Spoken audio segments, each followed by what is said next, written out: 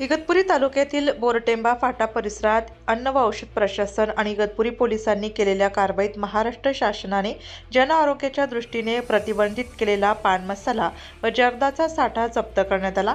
या प्रकरणी एकूण 79,27,192 रुपयांचा मुद्देमाल पोलिसांनी हस्तगत केला असून 4 जणांविरुद्ध गुन्हा दाखल करण्यात आला आहे।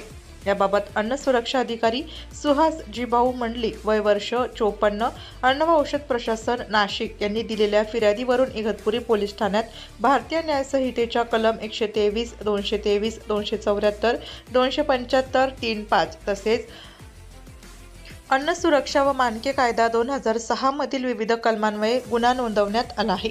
पोलिसांनी दिलेल्या माहितीनुसार दिनांक 3 ऑगस्ट 2026 रोजी सायंकाळी 7 वाजण्याच्या सुमारास नाशिक मुंबई महामार्गावरील बोरटेंबा फाटा येथे आयशर ट्रक क्रमांक DD 01Z 9360 तपासला असता त्यामध्ये प्रतिबंधित प्रीमियम राजनिवास सुगंधित पान मसाला व प्रीमियम झेन 01 जाफरानी जर्दा यांचा मोठा साठा आढळून आला।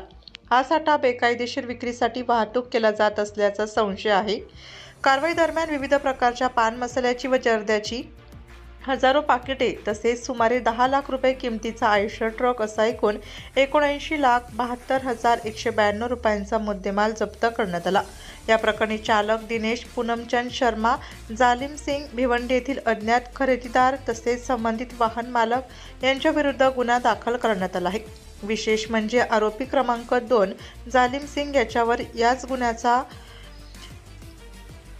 याच्यावर याच प्रकारचा गुन्हा यापूर्वी 3 जुलै 2026 रोजी इगतपुरी पोलीस ठाण्यात दाखल असल्याची माहिती पोलिसांनी दिली। या गुन्ह्याचा तपास पोलीस उपनिरीक्षक ND गायधनी करत आहेत।